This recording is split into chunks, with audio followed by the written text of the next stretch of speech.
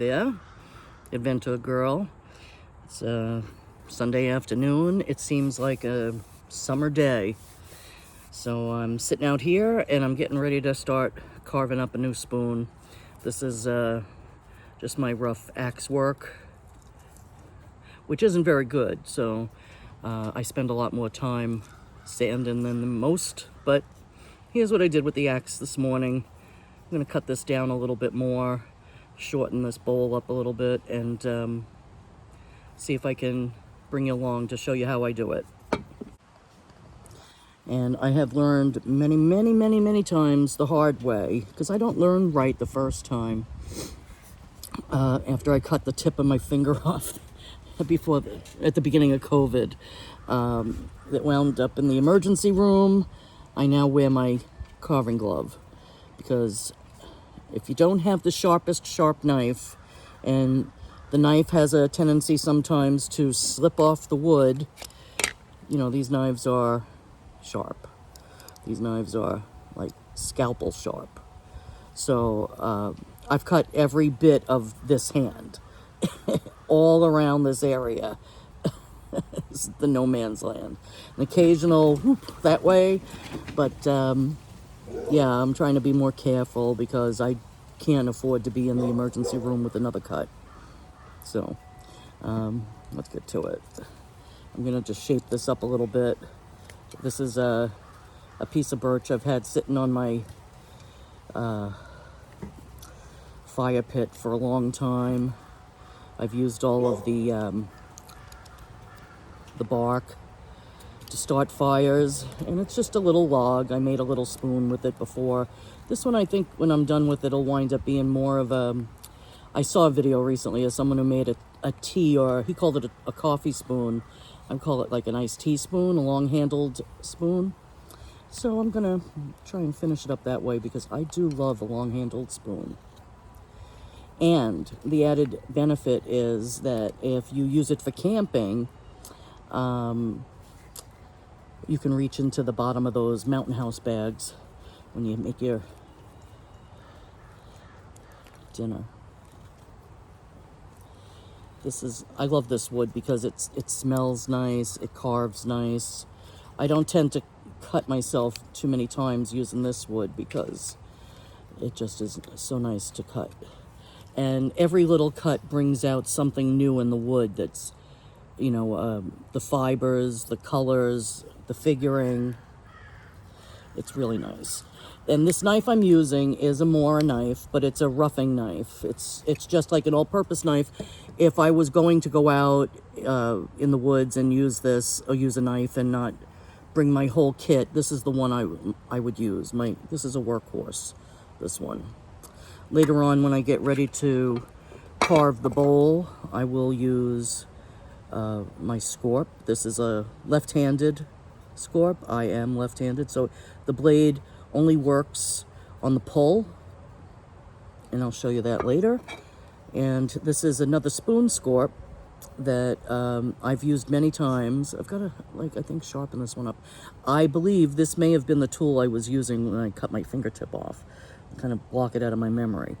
But this is an amazing tool, and those two tools are used to carve into the bowl of the spoon. And I'm just going to continue carving out some of this rough stuff. I really am not the best carver. I'm left-handed, so it's often difficult for people to teach me things like that. It doesn't matter. I don't want anybody to teach me. I just want to get better at it on my own. But I watch all of these videos of people doing carving, and they are so much better at the cuts than I am. And I guess I gotta just keep practicing. You know, in the end, my spoons are really beautiful, and they're very functional, but I take a little bit longer way of getting there. I follow the wood. I try to follow the wood, and sometimes I have crazy spoons. My daughter loves those. I think she is the recipient of all my crazy spoons. You know, the ones that have crazy bent, curvy handles, or awkward-looking bowls, or feature some imperfection that, like a knot. I like to do that. Right here, I'm just seeing the neck of the spoon and the shoulders. And I think that I want to keep this a little bit wider and flatter. I'm going to bring down a lot more material and cut this off around here and do something with the end that I haven't done before, like try to carve a ball at the end or 3 bands around, something decorative that I do with the knife. But I haven't touched any of the bowl area yet, and I can see it. We cut that down. It'll be a decent spoon. Long way to go. See some figuring on the back there? That I like that when those things come out. And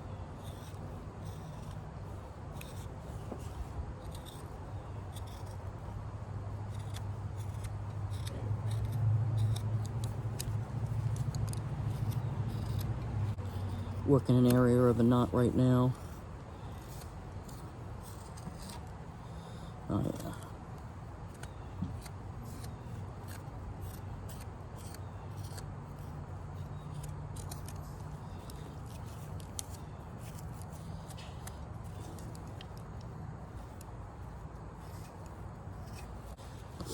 This is really just removing a lot of the axe marks.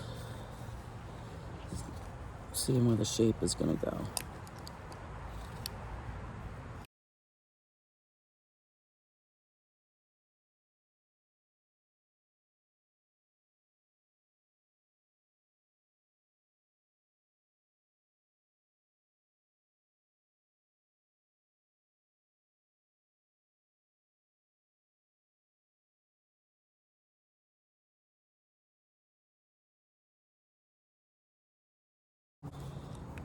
And you don't want to make a mistake and lose too much material at the neck.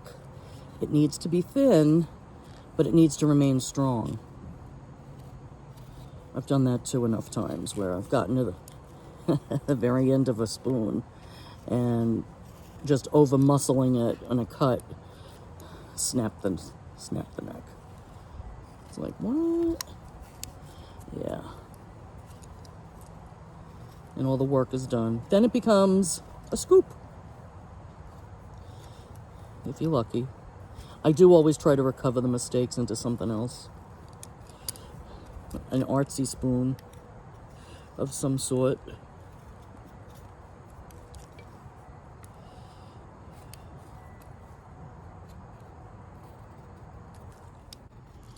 This part of what I'm doing involves a lot of push cuts, which are really the easiest ones for me. Rely on the strength in your thumb to push the blade that you're controlling with your dominant hand.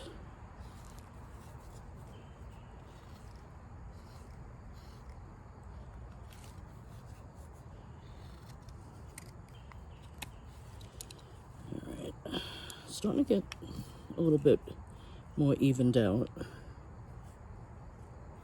There's a knot up there I'll have to deal with. That's about the area I'm going to start to taper it in and make the ball on top over here if I can. Right there.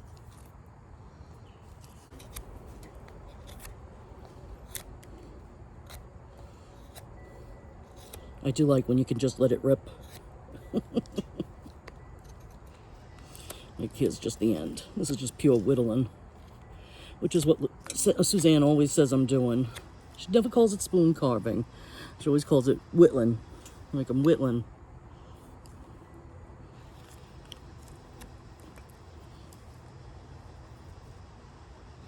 I guess it depends on how you look at it. If you're a purist, do you consider yourself a woodworker or a whittler? All right, I ran out of battery before. I didn't even realize. I don't even know where I left off, but I kept carving, and I started using the Scorp and carving out the bowl, but I wanted to show you the beautiful figuring inside that. I do love this wood for that reason. A piece of birch.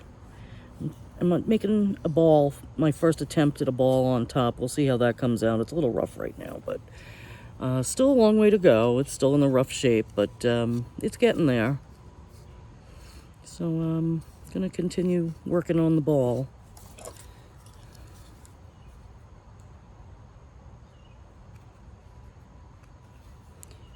I'm not used to these kinds of cuts with the knife, so it's all an experiment. I got plenty of room in case this doesn't work out. Then I could just square it off again and we'll make some other kind of top.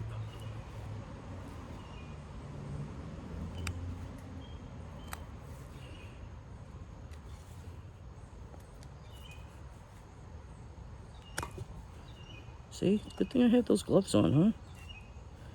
My goodness. I cannot be trusted around knives. Who let me have a knife anyway?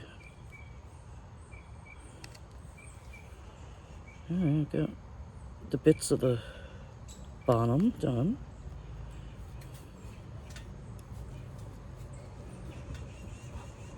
Now I gotta shape all of this a little bit without chunking it up too much.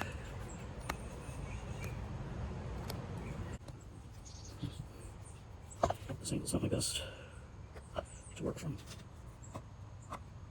But it's okay since I have the glove on.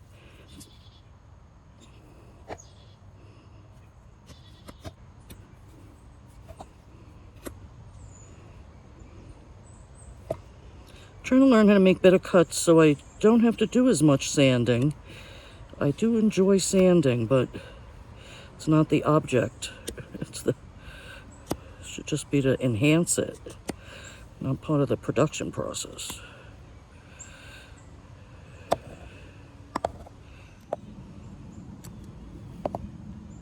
If you could only feel how hard I'm concentrating.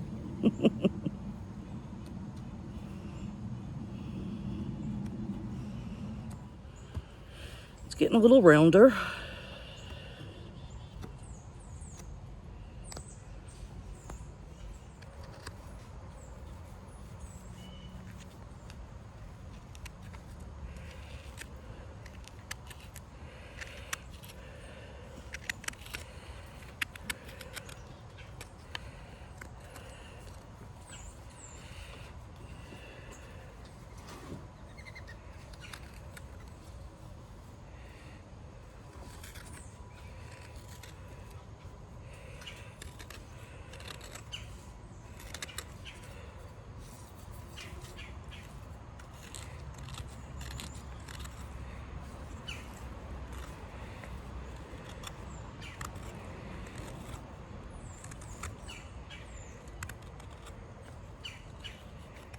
You see why I need a glove, right?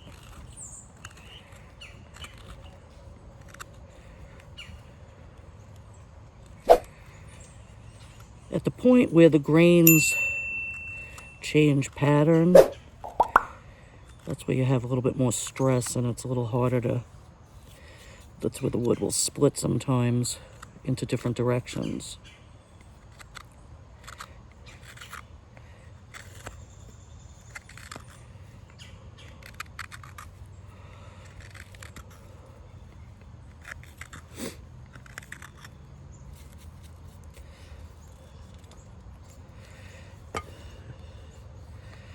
And I'm getting to that evenness point.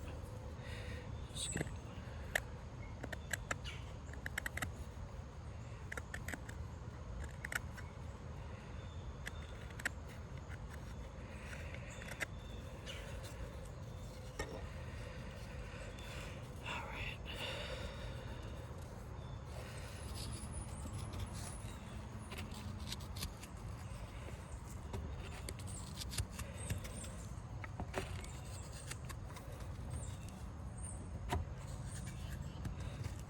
every cut into this is something prettier in the wood. Look at that. I just love that. Now I'll go on this side a little bit, even this out.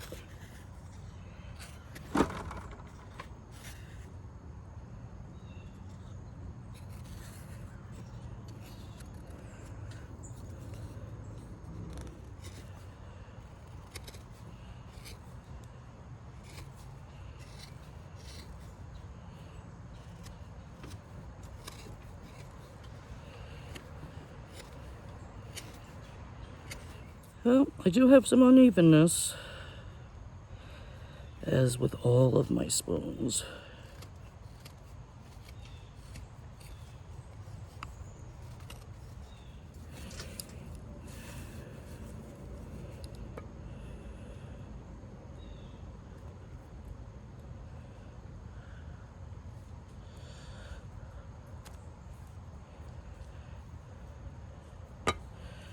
See, that chip came out. I didn't want that to come out, so now.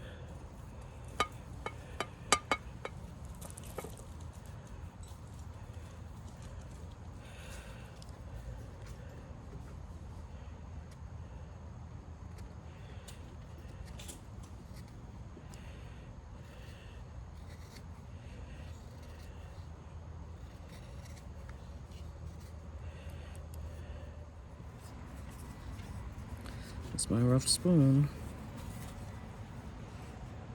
And a little ball on top. I'll get it polished up.